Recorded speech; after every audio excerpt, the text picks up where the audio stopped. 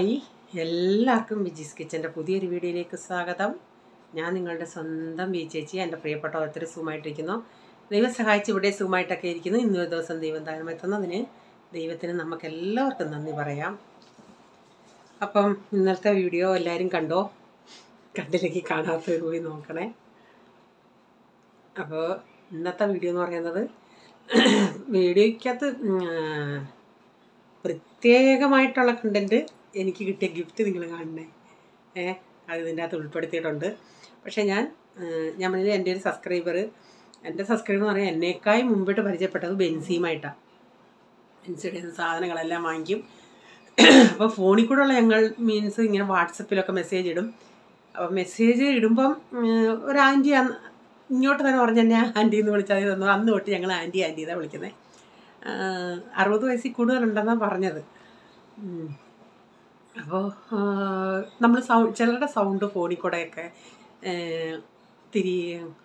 ഏജിനേക്കാൾ കുറഞ്ഞ ഇതിലായിരിക്കും തോന്നുന്നത്. ചിലരുടെ ഒരു പക്വതയുള്ള ഏജ് സൗണ്ട് കാരണം ചിലർ സൗണ്ട് കേട്ടിട്ട് നമ്മളൊരാളുടെ രൂപം മനസ്സിൽ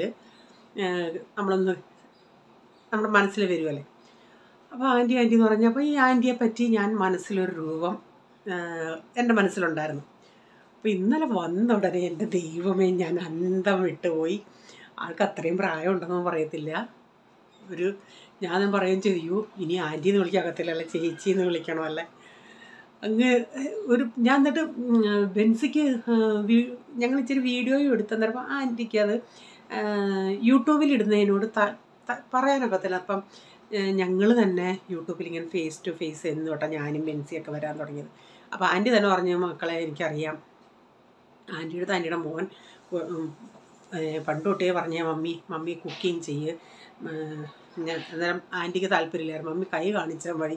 അപ്പം പറഞ്ഞേടാ, ആൾക്കാരൊന്നും അങ്ങനെ ബെൻസിയുടെ ആണെങ്കിലും ആൾക്കാർ ബെൻസി ആദ്യം ഇങ്ങനെ കാണിക്കാതിരുന്നോണ്ടേ മുഖം കാണണം, എൻ്റെയും മുഖം കാണണം എന്ന് പറഞ്ഞ് ലാസ്റ്റിലാണ് ഞങ്ങളിങ്ങനെ ഇപ്പം നമ്മളിങ്ങനെ വന്ന് നമുക്കങ്ങ് നമ്മുടെ എല്ലാ അങ്ങ് മാറി.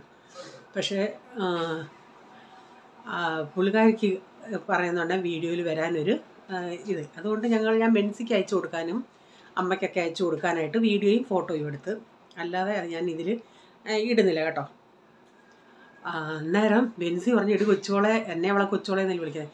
എടി ഞാനും ചിന്തിച്ചത് ഇങ്ങനെ അല്ല, ഞങ്ങൾ രണ്ടുപേരും ചിന്തിച്ചൊരു രൂപം വേറെ ആയിരുന്നു.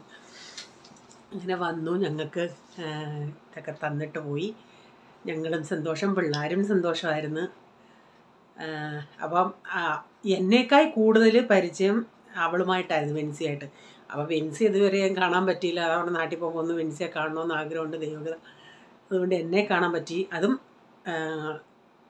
ബാംഗ്ലൂരിലെ ആൻറ്റി ഇവിടെ 30-35 വർഷം കൊണ്ട് ഞങ്ങളുടെ ഇവിടുന്ന് ഇച്ചിരി ദൂരമുള്ള റിക്ഷയിലാണെങ്കിലും കൂടിപ്പോയി 1/2 മണിക്കൂർ അവിടെ താമസിച്ച്. അപ്പോൾ അവിടുന്ന് പിന്നെ ബാംഗ്ലൂർ പോയി. ഈ വീട് ഇവിടെ ഇങ്ങനെ കിടക്കുമായിരുന്നു. ഇപ്പോൾ ആ ബിൽഡിങ്ങിൻ്റെ ഒക്കെ അത് വേറെ ബിൽഡിങ്ങൊക്കെ ആയതുകൊണ്ട് ചെയ്യുന്നതുകൊണ്ട് അപ്പോൾ അതിൻ്റെ കാര്യത്തിനൊക്കെ വന്നതാണ്. ഒരു പ്രാവശ്യം ഇത് കൊണ്ടുവന്നിട്ട് എനിക്ക് തരാൻ പറ്റാതെ തിരിച്ചു കൊണ്ടുപോയി. അപ്പം ഇപ്രാവശ്യം ഇതോടാ അത് ഞാൻ പിന്നെ പറയാം എന്തോ കാര്യമെന്ന്. പോളെ, എന്തുകൊണ്ട് വിശേഷം? പോളിപ്പം ടീഷർട്ട് ഇടാതെ വയ്ക്കും, അതുകൊണ്ടാണ് ഇങ്ങോട്ട് വരാൻ നാണക്കേട്. എന്തുകൊണ്ടടാ വിശേഷം? വായി വെള്ളം ഇരിക്കുമോ അവൻ്റെ? സുഖമാ. പിന്നെ നാട്ടിൽ പോകുന്ന കാര്യമൊക്കെ എന്തുകൊണ്ട്? കൊച്ചുങ്ങളെ നീ ടീഷർട്ട് ഇട്ടുണ്ടോ?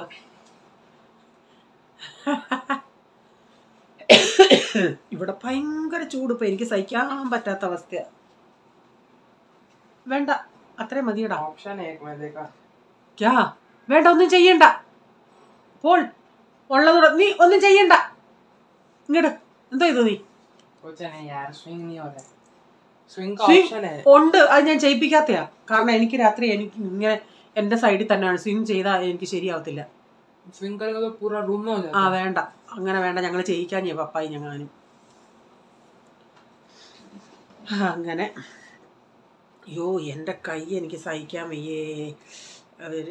ഞാൻ ക്ലീനിങ് ചെയ്ത്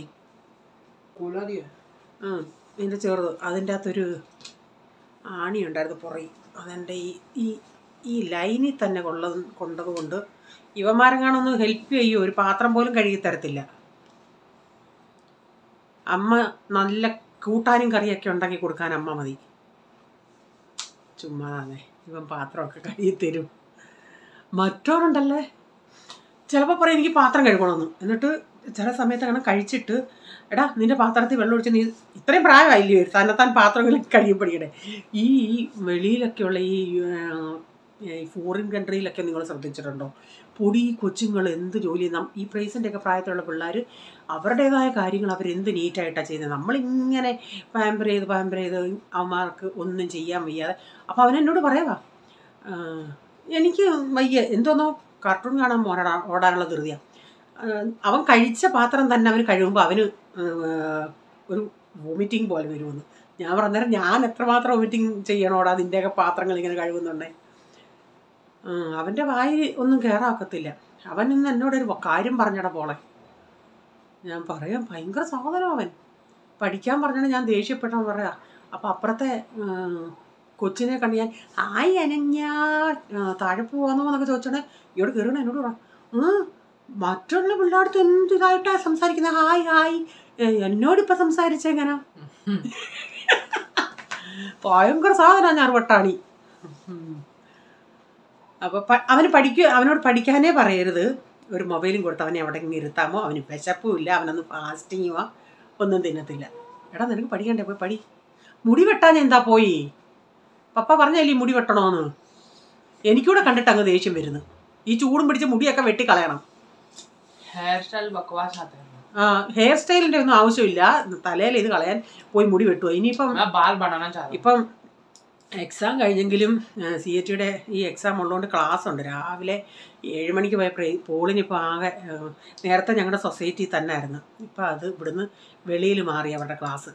അപ്പോൾ ഇച്ചിരി പോണം നടന്ന് 7 മണിക്ക് പോയാൽ 2 മണിയാവും വരണമെങ്കിൽ. അപ്പോൾ ആൾ രാവിലെ എണീറ്റ് പിന്നെ രാത്രി ഞാൻ പറഞ്ഞു അതുകൊണ്ട് 2 ദിവസം ഞാൻ മൈൻഡ് ചെയ്തില്ല. കാരണം ഇവ വന്നു കഴിഞ്ഞ് ഒത്തിരി ഫോഴ്സ് പഠിക്കണമെന്ന് ഞാൻ അല്ലാത്ത ഇവൻ്റെ 12th എക്സാം സമയത്ത് ഒത്തിരി ഈ പുറകെ നടക്കരുത്. ഇതിൽ ഞാൻ ഒന്ന് പുറകെ നടക്കാനും പോയില്ല. അപ്പം അവൻ തന്നെ മനസ്സിലെടുത്ത് പഠിക്കട്ടെന്ന് ചോദിച്ചു. 2 ദിവസം ഞാൻ നോക്കാൻ തന്നെ വൈകുന്നേരം ആയപ്പോഴത്തേക്കിന് അവനങ്ങ് ആകെ അങ്ങ് ടയേർഡായി ഉറക്കം വരുന്ന അവനിരിക്കുക. ഞാൻ പറയും നീ ഒരു കാര്യം ചെയ്യും, ഇന്ന് ഞാൻ സ്ട്രിക്റ്റായിട്ട് നീ 2 മണിക്ക് വന്നിട്ട് ഒരു 1.5 മണിക്കൂർ നീ ടൈം പാസ് ചെയ്തോ, അത് കഴിഞ്ഞ് കിടന്ന് പറഞ്ഞ് 2 മണിക്കൂർ ഉറങ്ങാൻ പറഞ്ഞു. അപ്പോൾ ആ ക്ഷീണം മാറുമല്ലോ. രാവിലെ എണീക്കുന്നതല്ലേ, രാവിലെ എണീറ്റിട്ട് പോയി വന്നിട്ട് ഈ ചൂടും പിടിച്ച് മനുഷ്യനാകെ എനിക്ക് തന്നെ അങ്ങ് ടയേർഡ്. ഇച്ചിരി അത് കിടന്നു കഴിഞ്ഞപ്പോൾ എനിക്കങ്ങ് ടയേർഡാണ്. അപ്പം ഞാൻ പറഞ്ഞ് ഇന്ന് മൊബൈലും ഇങ്ങ് എടുത്തുകൊണ്ട് വന്നിട്ട് 3:30 തൊട്ട് ഒരു 5:15 വരെ ആൾ കിടന്ന് നല്ല പോത്ത് പോലെ ഉറക്കമായിരുന്നു. എന്നിട്ട് ഞാൻ പറഞ്ഞു ഇനിയും പോയിരുന്ന് പഠിക്കാൻ പറഞ്ഞു. എന്നിട്ട് ഞാൻ പറഞ്ഞു രാത്രി നേരത്തെ കിടന്നോണം, ഒരു 11 മണിയേലും ആകുമ്പം കിടക്ക്. ഒക്കത്തില്ല ഇവന്മാർ കിടക്കത്തില്ല. ഇവന്മാരുടെ കുഞ്ഞിലെ ഞാൻ കറക്റ്റ് രാവിലെ കുഞ്ഞായിരുന്നപ്പോഴും ഇവന് രാവിലെ പ്രൈസിന് പക്ഷേ അങ്ങനെ രാവിലെ ക്ലാസ് ഇതുവരെ തുടങ്ങി. ഇനി അടുത്ത വർഷം തൊട്ട് അടുത്തല്ല അതിൻ്റെ 6ാം ക്ലാസ് തൊട്ട് അവന് വരും.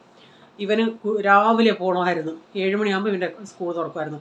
രാവിലെ എണ്ണിപ്പിക്കാതെ ഇതിനെ. അത് കഴിഞ്ഞ് ഞാൻ പിന്നെ 10 മണിയാകുമ്പോൾ ഞാൻ കിടത്തുമായിരുന്നു പിടിച്ച്. ടൈം ടേബിളും എടുത്ത് ഞാൻ തന്നെ അന്നൊക്കെ ഇവരൊരു പ്രായമായ പിന്നെ ടൈം ടേബിളൊക്കെ ഇവർ തന്നെ എടുക്കും. യൂണിഫോമും എടുത്ത് ഞാൻ വെക്കും, തലേന്നെ എല്ലാം ഒതുക്കി വെക്കും, ടൈം ടേബിളും എല്ലാം എടുത്ത് 10 മണിയാകുമ്പോൾ കിടത്തുമായിരുന്നു. ഇപ്പം പിള്ളേർ വലുതാണ്, അവരുടെ ഇഷ്ടങ്ങളാണ് നടക്കുന്നത്. അപ്പം ഞാൻ പറയും 11 മണിക്ക് കിടന്നോണം, രാവിലെ എണീക്കേണ്ടതല്ലേ. 7 മണിക്ക് ക്ലാസ്സിന് പോകണമെങ്കിൽ ഒരു 6 മണിയെങ്കിലും ആകുമ്പം എണ്ണിക്കണ്ടേ. അപ്പം രാവിലെ എന്തെങ്കിലും കുടിച്ചിട്ട് പോടാന്ന് പറഞ്ഞാൽ അവൻ അങ്ങനെയുള്ളൊരു ഇതുണ്ട്. കുടിക്കത്തില്ല, കഴിക്കത്തില്ല. എന്താ നീ ബ്രേക്ക്ഫാസ്റ്റ് ഇന്നലെ കഴിച്ചിട്ട് പോന്നെ? ദോശ. ഇവൻ്റെയൊക്കെ മെന്റാലിറ്റി ഞാൻ പറയുന്നത് എന്തെങ്കിലും ചൂട് കഴിക്കുന്നുണ്ട്. പിന്നെ ചൂടുവെള്ളം പിത്തത്തും അങ്ങനൊന്നും ഇല്ല. മോശം ആണെങ്കിലും ചൂടുവെള്ളം പിത്തല്ലോ. അതങ്ങനെ ആൾക്കാർ ഇങ്ങനെ ചെയ്യും മോശം പോകാൻ വേണ്ടി. അതുകൊണ്ട് രാവിലെ എണീറ്റ് ഇതൊക്കെ ചെയ്യണം. ഞങ്ങളൊക്കെ നമ്മുടെ നാട്ടിലൊക്കെ നമ്മളൊരു രാവിലെ എണീറ്റ് ഇങ്ങനെ നമ്മുടെ പ്രഭാത കൃത്യങ്ങളൊക്കെ ചെയ്യാൻ പോയി. അത് നമുക്കും ഒരു പാടുണ്ട്. ഇവിടെ ഇവന്മാരടുത്തും പറഞ്ഞിട്ട് ഇവന്മാർ ചെയ്യാൻ ഇവരൊക്കെ ഒരു ചായ പിന്നെ എന്തോ നമ്മൾ ചൂട് കൊടുക്കുന്നുണ്ടോ, ബ്രേക്ക്ഫാസ്റ്റ് കൊടുക്കുന്നുണ്ടോ, അയ്യോ എനിക്ക് ഒക്കത്തില്ല, ഒട്ട് രാവിലെ ഇട്ട് പോകത്തുമില്ല. അങ്ങനെയുള്ള ഇതാണ്. ഞാൻ ഇങ്ങനെ 10 മിനിറ്റ് ബെടുബെടായിപ്പോയടാ. ആരും ഇത് കാണത്തില്ല, എല്ലാവരും സ്കിപ്പ് അടിച്ചു പോകും. അപ്പം ഞാൻ ഇന്നലെ മാവ് അരച്ച് വെച്ചതാ. ഇപ്പം അതൊന്ന് ഞാൻ പതിവില്ല, നമ്മൾ ഈ അപ്പത്തിനൊക്കെ അരച്ച് വെക്കത്തില്ലേ, അതുപോലെ അങ്ങ് പുളിച്ച് കയറി. ഇതെന്താ അത്രയ്ക്ക് ചൂടിൻ്റെ ആണെന്നാണ് എനിക്ക് തോന്നുന്നത്. അടപ്പ് വരെ എന്നും അരയ്ക്കുന്നത് പോലെ ഞാൻ അരച്ചത് ആ അടപ്പിലൂടെ ആയെന്നുള്ളതാണ്. അത് കലക്കാൻ നോക്കിയിട്ടും അങ്ങോട്ട് ചൊവ്വിനങ്ങോട്ട് കലങ്ങുന്നുമില്ല. ഒരു വല്ലാത്ത ഒരു ഇതായിപ്പോയി.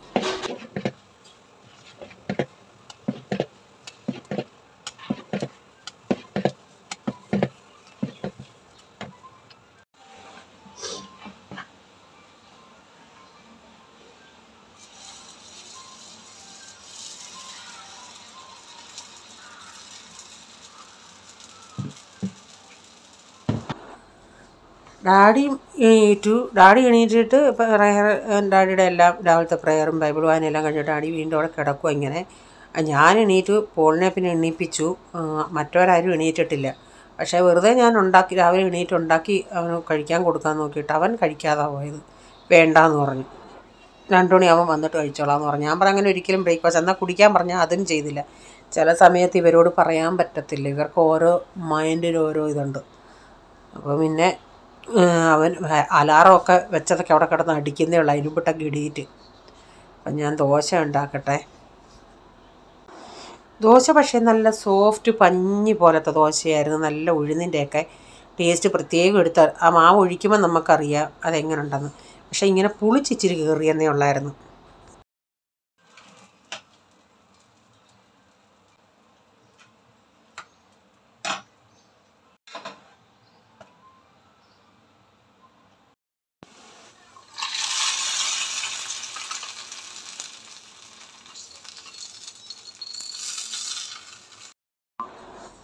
അപ്പം ദോശയ്ക്ക് ചമ്മന്തിയും റെഡി ആയിട്ടുണ്ട്. അതിന് കടുകും വറുത്തി ചേർത്തിട്ടുണ്ട്. അപ്പം ദോശയും ചമ്മന്തിയും ഇവിടെ ഇപ്പോൾ റെഡി ആയിട്ടുണ്ട്. അപ്പം ഞാൻ ഡാഡിക്ക് ചായ കൊടുത്തു. പിന്നെ ഞാൻ അന്നേരം എടുത്തില്ലായിരുന്നു. ഇപ്പോൾ എനിക്കൊരു ചായ എടുത്ത് കുടിക്കട്ടെ ഞാൻ.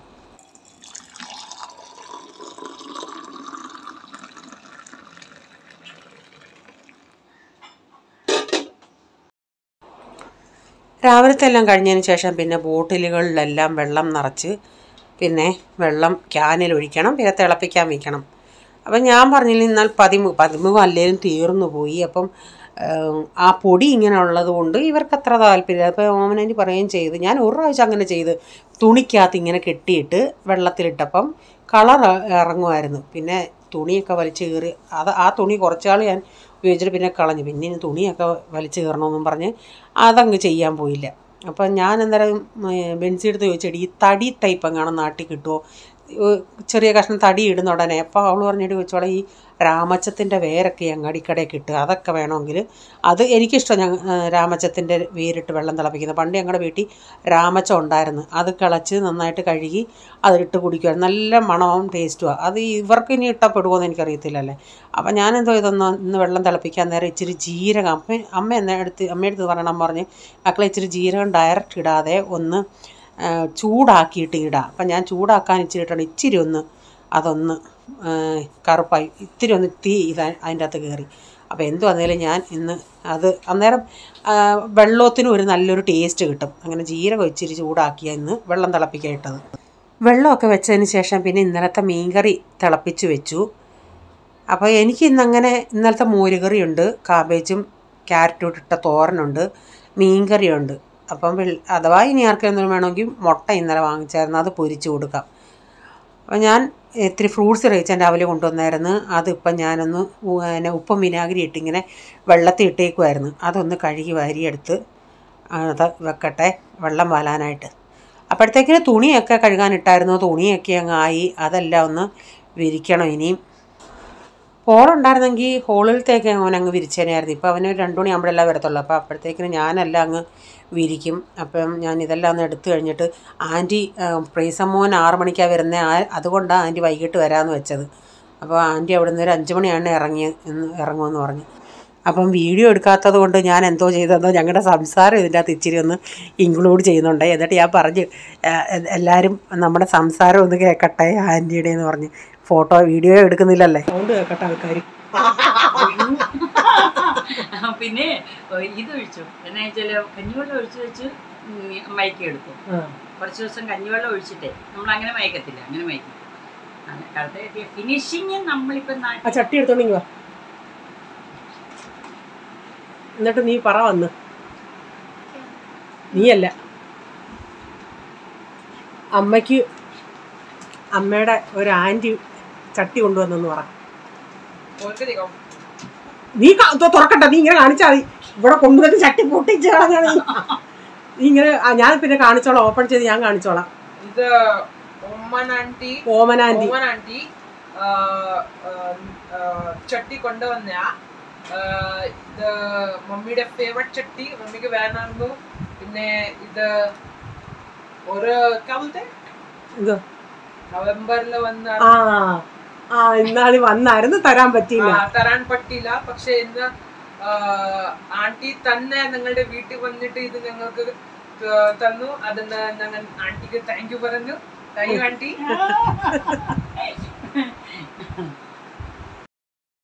യൂട്യൂബിൽ നിന്ന് എൻ്റെ സബ്സ്ക്രൈബർ ആൻറ്റി കൊണ്ടുവന്ന ഗിഫ്റ്റ് ചട്ടി.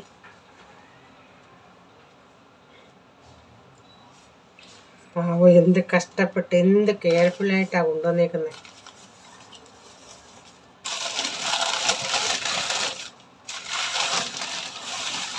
നല്ല വെയിറ്റ് ഉണ്ട്. നീ കഞ്ഞിവെള്ളം ഒഴിച്ച് വെക്കാൻ പറഞ്ഞു.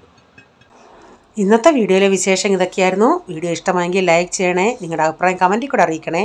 സബ്സ്ക്രൈബ് ചെയ്യാതെ ആരെങ്കിലും കാണുന്നുണ്ടെങ്കിൽ സബ്സ്ക്രൈബ് ചെയ്തിട്ട് ആ ബെല്ലൈക്ക് ബട്ടണോട് പ്രസ് ചെയ്യുകയാണെങ്കിൽ ഓൾ എന്നൊരു ഓപ്ഷൻ വരും. അതോടെ പ്രസ് ചെയ്യുകയാണെങ്കിൽ ഞാനിരുന്ന വീഡിയോയുടെ നോട്ടിഫിക്കേഷൻ നിങ്ങൾക്ക് എന്നും വരുന്നതായിരിക്കും.